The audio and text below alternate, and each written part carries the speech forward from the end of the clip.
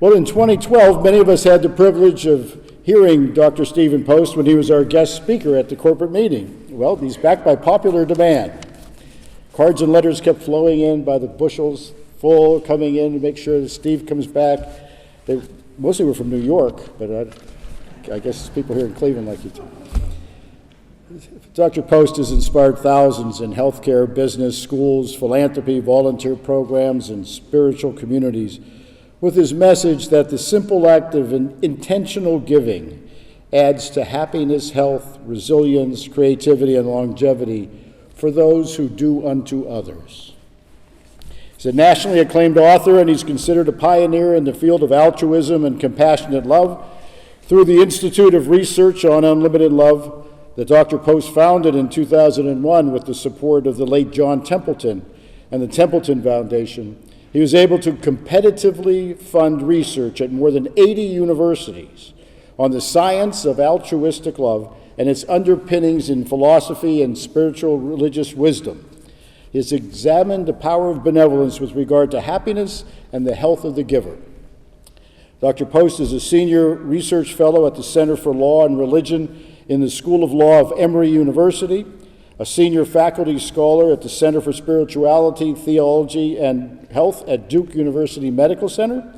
He's a visiting scholar in the Positive Psychology Center of the University of Pennsylvania and a distinguished scholar in the Institute of Studies in Religion of Baylor University. He has taught at the University of Chicago, Fordham, Marymount, Case Western Reserve University, and Stony Brook University. And I can't wait to hear him. Dr. Stephen Post.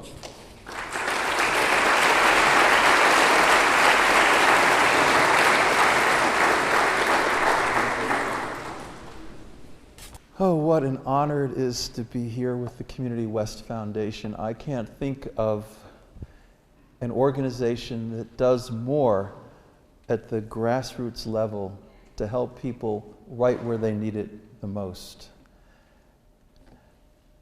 I just want to say that I owe pretty much everything in my life to Cleveland. It's the honorable generosity and the humility of the people here that really shaped my life and the life of my family. So I am just filled with gratitude. About 7 years ago, I got whisked away to New York. It was one of those offers I couldn't refuse.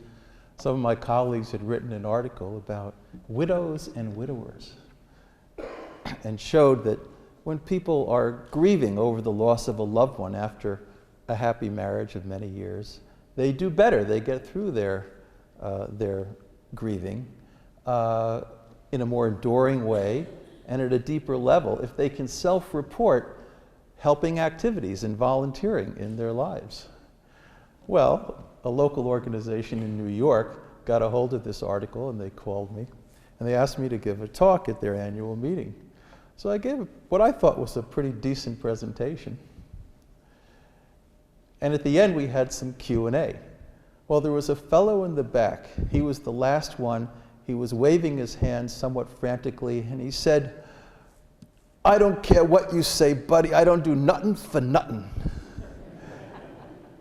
And you know, I knew I wasn't in Cleveland anymore. Sorry, there's a lot of good people in New York, namaste, but nevertheless, you know, it was quite a contrast. There is a passage from Proverbs, "Those who refresh others will themselves be refreshed." There's nothing too complex about that, but I think all of you realize how deep that statement is. This is a picture that a lot of you have seen at some point over the years. It's Norman Rockwell's painting of the Golden Rule. He painted this in 1961, really quite a ways before the Civil Rights Movement. And you'll notice you've got people from every possible complexion, every religion, every age, men, women, they're all there. You've even got the secular existentialist rubbing his chin in the middle with his denim jacket on. And there it is, the Golden Rule. Rockwell lived in Stockbridge, Massachusetts, and he would bring people in from the from the community to pose in these costumes. He'd take their pictures, and he painted from those pictures.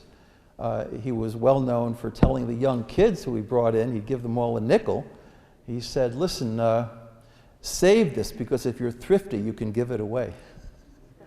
So he caught the connection between thrift and generosity and philanthropy. It's a beautiful image. In so many ways, I look at the facial expressions on all of these individuals. There is such a kind of serenity and inner peace about them, because they're focusing their minds, like all of you do, not on themselves, not on the problems of the self, not on the problems of the world, which we know are many and brutal these days. They're focusing on how they can contribute in some small way to the lives of those around them. It's a beautiful, beautiful image. You'll notice that Rockwell, who was a very theologically minded individual, puts a halo in the middle of that painting.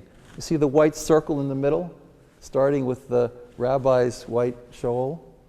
Well, that was because Rockwell believed that when we do our very best to love our neighbors, to help those around us, that somehow we get to that point spiritually where we can really connect with the supreme being, the higher power, ultimate reality, the ground of being, God, whatever you want to call it.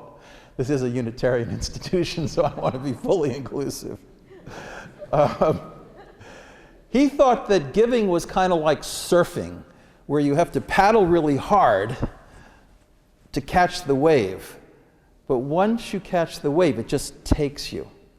So that was Rockwell, an absolutely beautiful painting that in 1985 was transposed into a mosaic and placed on the third story of the United Nations, where it is often looked at and marveled at because it captures the human capacity, but with a hint of divine presence to really contribute so meaningfully to the well-being and to the health of others. So the Community West Foundation, every one of you could be in that picture. Did you know that? You should give yourselves a hand. This is just exactly what you're here for. And of course, while these individuals are putting their minds on helping others, things are happening. Now, science tells us that, for example, a very ancient part of their brains, don't write this down, Joni, the mesolimbic pathway, an emotional section of the brain, is active when they're just thinking about giving. And that's a part of the brain that's associated with feelings of joy, and that doles out, indeed, one of the 4 big happiness chemicals, dopamine. You can look at these individuals and think, yeah, they look tranquil. Why is that? Because when they put their minds on the love of neighbor, their brains release a hormone called oxytocin. Again, don't write that down either. But it's called the compassion hormone. And it's also written about as the hormone of serenity, of trust. So when you look at this picture, there's a lot happening spiritually, but there's also a lot happening even at the level of the biological substrate. When I got to Stony Brook in the middle of 2008 to teach in the medical school there, I got a call from United Health, which is a large managed care system, and they wanted to know, is all of this stuff true, that in a certain sense it's good to be good, even in hard times, even when life is difficult? I do believe it's good to be good, to help others, because that gives you resilience. And many of our studies show that individuals, for example, with post-traumatic stress disorder do better if they can engage in helping activities. They recover better, and they enter a category that we now refer to as post-traumatic growth. Helping others is a key to that particular pathway. Well, so they wanted to know, is this really good stuff, or is it just a bit of hocus pocus? So we did a national study. We surveyed over 5,000 Americans from every part of the country. It was a random survey. They were all over 18 years of age. And we asked them, did you volunteer in actually 2009? We operationalized this study in the beginning of 2010, so we're looking backwards 1 year. 41% of Americans volunteered in 2009. How much? Not a lot, not a lot. On average, 100 hours per year, which when you break it down is perhaps 2 hours a week. So relatively low thresholds. And then we asked them some simple questions. Did this make you feel happier? 96% said yes. That's pretty impressive, given that when you look at the international happiness surveys that come out every year from England, the US has been going down, down, and down. We're way back now in about the 30th position, and simpler countries like Mozambique are relatively high. It's quite interesting. Maybe that extra pair of designer jeans at the mall doesn't quite satisfy us in the way that deep community and love of neighbor ultimately does. But the happiness thing is there. Does it make you feel physically healthier? My goodness, 69% say yes. You know, that's like stopping the white carbohydrates for a few days, and you know how you feel energized as a result. That's really what that means, and it's taken very seriously in healthcare research. So people are feeling physically healthier. You know, they're having better recovery from loss and disappointment, like those bereaving widows and widowers I mentioned earlier. They're forming deeper friendships. Their friends aren't just the people they party with or hang out with, but their friends are individuals they meet in this network of helping others, like the Community West Foundation. This is friendship at its best. Sharing values, debriefing on meaningful activities, having occasions like this. So deeper friendships. And it goes on. Better sleeping, lowered stress. Stress is responsible for so many illnesses. And yet, all we need to do, if you could put all of this in a pill and sell it down at the pharmacy, I guarantee you, you would be a billionaire overnight. I mean, John Templeton would want to buy stock in that. But you don't need a pill because it's already within you. This capacity is within you, and it's very much wired, it's very much a part of who we are as human beings, even though sometimes you get the impression from the media, from the constant bombardment with the most horrific, even brutalistic human actions, that this isn't quite real. Actually, it's very real. It can be overwhelmed. Kids get in negative hierarchies. They're with the wrong gang. Things can go wrong. We push the wrong buttons as parents sometimes. Maybe we overindulge our children so they forget about the neediest and the well-being of the community. But that aside, the bottom line is that it's there. In fact, all the studies now of toddlers show that they can be quite compassionate even from the age of about 1 year, which is amazing. So we know this, and one of our hopes and projects for the future is to really teach ourselves how to raise a caring child.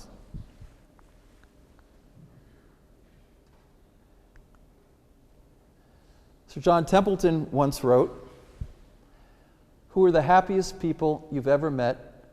Let us write down the names of 10 persons who are continually bubbling over with happiness, and we will probably find that most are men and women who radiate love for everyone." So that's Sir John. I was up in Toronto about 3 weeks ago with a fellow named Prem Watsa, who knew Sir John. Prem is probably 75 now. Sir John's Growth Fund met annually in Toronto. And one year they had an off year. And there was a woman in this big public meeting, and she said, "I am really ungrateful to you because this year your fund is way down below the others." Sir John said, well, but if you look at it over a 3-year period, it's way up high. She said, no, I'm just absolutely ungrateful. And he said, are you grateful for anything? And she said, right now for nothing. So then he paused and he said to her very quietly, may I make a suggestion? Try not breathing for 2 minutes. I guess you could say things like that 30 years ago. But Sir John accumulated all this wealth. Why? To give it away. He started a foundation to study things like happiness, like joy, like creativity, imagination, love, unlimited love. He was an amazing human being.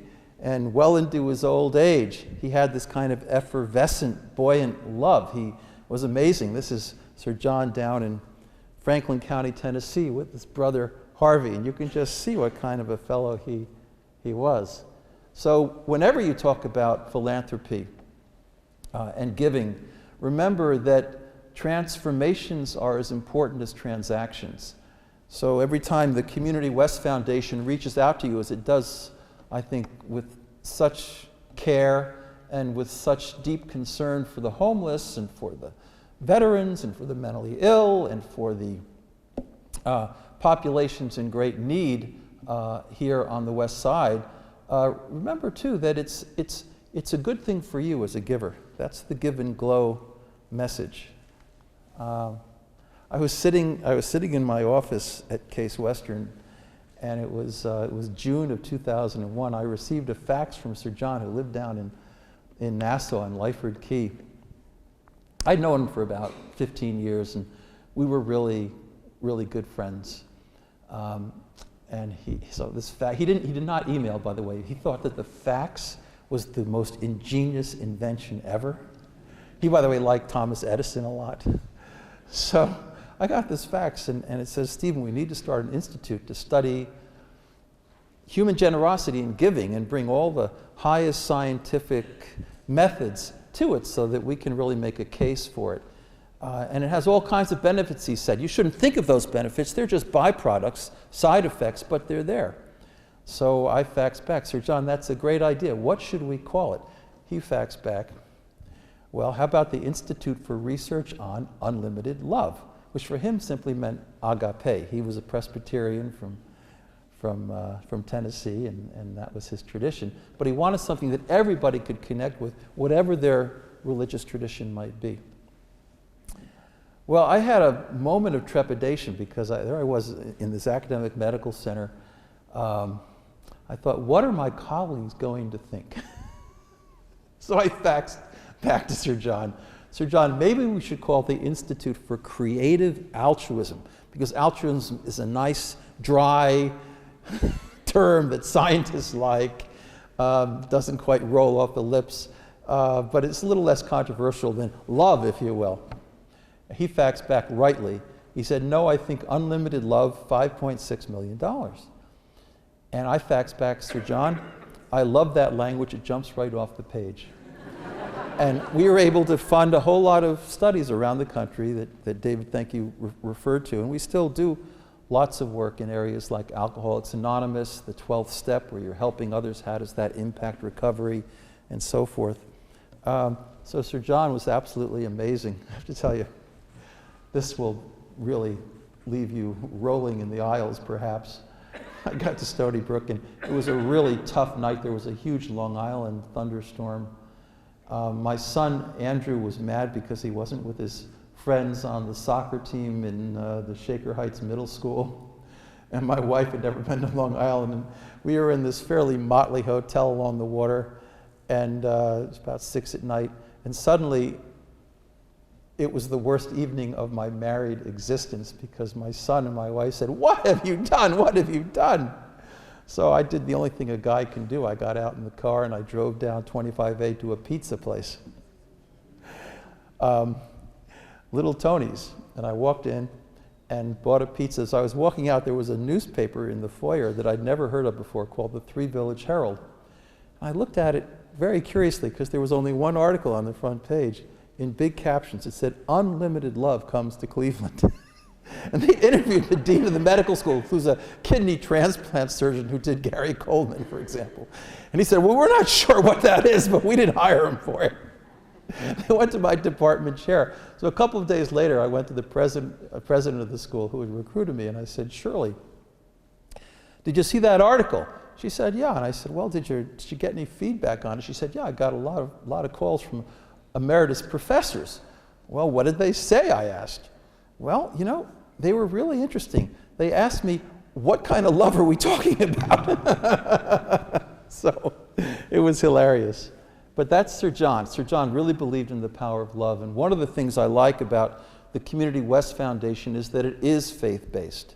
It really is. And whatever the tradition you come from might be, it's a beautiful thing in the world to just stand up and be counted for the power of a love which doesn't simply have its origins in the human substrate, but that somehow points us in the direction of that very maker of all this universe. Serenity.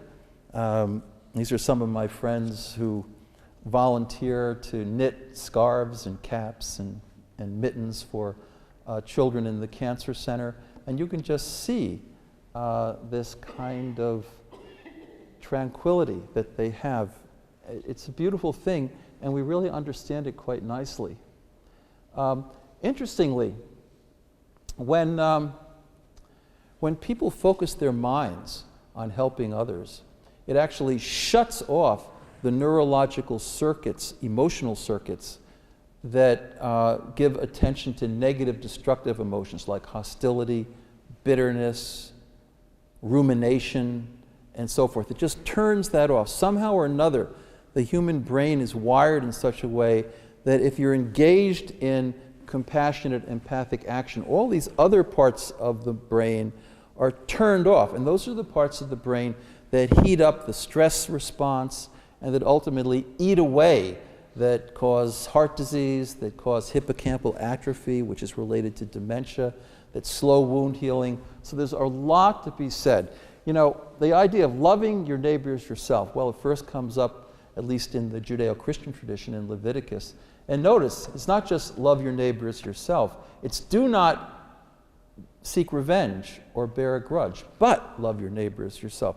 And I think the wisdom there is that it kind of captures the modern science, that when you're involved in giving, it just separates you from many of the most destructive impulses and unhealthy impulses in human nature. It's a wonderful study that began way back in the 1920s in Berkeley, California, where faculty members in the Department of Human Development took 300 12-year-olds from the Bay Area, from all different kinds of backgrounds, and they asked them in interviews, what rocks your boat? What motivates you in life? About a third of these kids said, well, I want to do something with my gifts to help others. I want to make a difference in the world. I want to love my neighbor. About 2/3 didn't indicate any such thing. Then they followed these children over the course of their lives. They would interview them every 10 years. They would give them personality tests. They would look at their medical records. And it turns out that 1/3 that had this giver's heart were relatively free of depression, heart disease, and a number of other illnesses in midlife. And now these folks are really getting up there. You know, they're well into their late 90s, I suppose. And interestingly, 2/3 of the group that is still living come from the 1/3 that is 12-year-olds way back when said, I want to use my life to help others. So somehow or another, I don't have a model for it, we've learned that engendering that attitude in our kids when they're young, that means involving them in all the activities that you're involved in. Bring them with you. Get them out there. Let them see with their own eyes. Pass the torch to the young. That's a very, very healthy thing, not just for the people around them, but also for their own lives. It sheds a kind of protective halo that will follow them for a long, long time. That's my son, Drew, graduating from grade school in Shaker Heights. Just thought I'd throw that in. So Vancouver High. You know, there's a big problem now with obesity, but also all of the biological markers for early adult onset heart disease are showing up in adolescence because of the sedentary nature of many lives.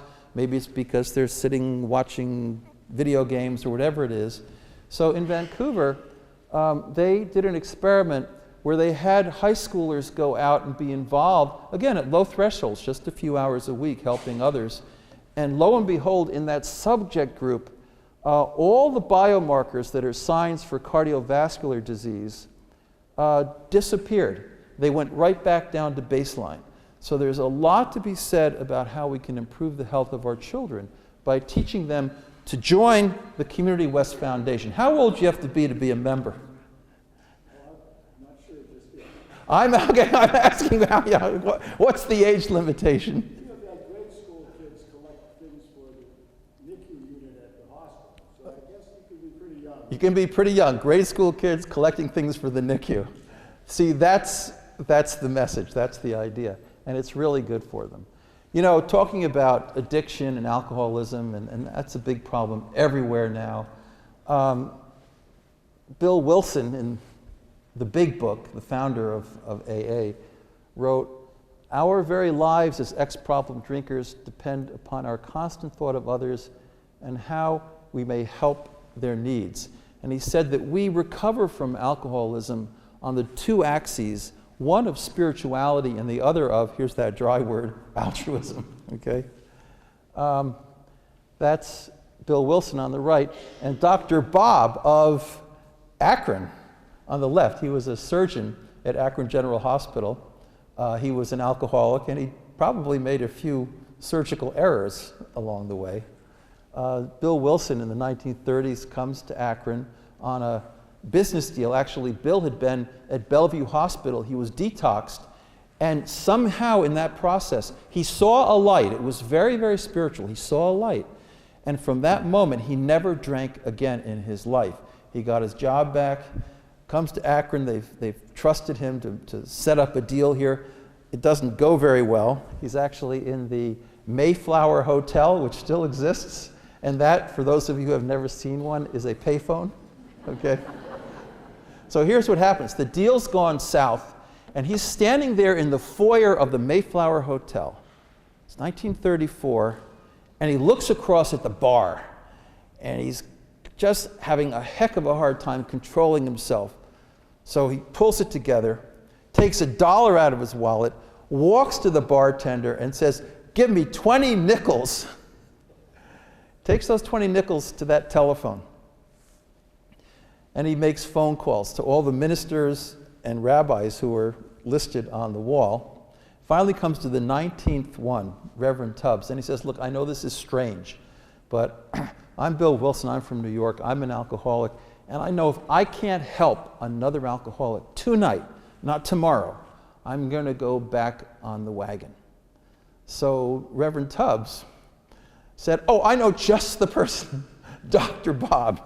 So he got Dr. Bob together with Bill Wilson at Stan Hewlett Hall, right, where the family there had an interest in AA, and they met in the Carriage House, which is now the museum, the National Museum for Alcoholics Anonymous, and they figured out the 12 steps. The key final step is you've got to help. You've got to reach out and help other alcoholics, because if you don't do that, you're not going to get better. So Maria Pagano, one of our colleagues who's in psychiatry at Case Western, she did a wonderful study, and she showed that if people go dry at day one, and then you follow them 1 year, the individuals who are high helpers, who were in these AA meetings, greeters at the doors, making coffee, setting up the tables, maybe sponsoring other people into the organization, going out to visit people who are having problems with alcoholism and trying to get them engaged in AA, those high helpers have a 40% recovery rate. 40% of them are fine 1 year out. The low helpers have a 22% recovery rate. So the New York Times picked this up, and their article was, "You double the likelihood of recovery if you help others." And this holds true across many different categories of addiction. So it's really pretty amazing. Also, as far as depression is concerned, the helpers had significantly lower depression rates from where they started at baseline. So this is really, I mean, when you read the golden rule, do unto others as you would have them do unto you, it's really, it's a really good thing.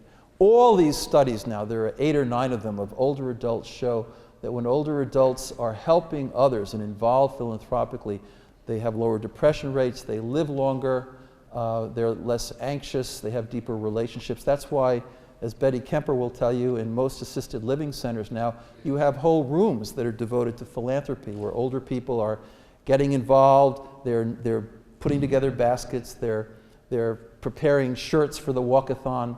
It's a wonderful thing to see. A couple of other points here. Dame Cicely Saunders, who founded the hospice movement, she gave a talk in 1999 at a conference that we had chaired, and she said, "I'll never retire." She was 83. She said, "I still go into St. Christopher's, the first hospice," and that was the one that she created. She invented the term, and she spread it to Western Reserve and New Haven and all other places around the globe.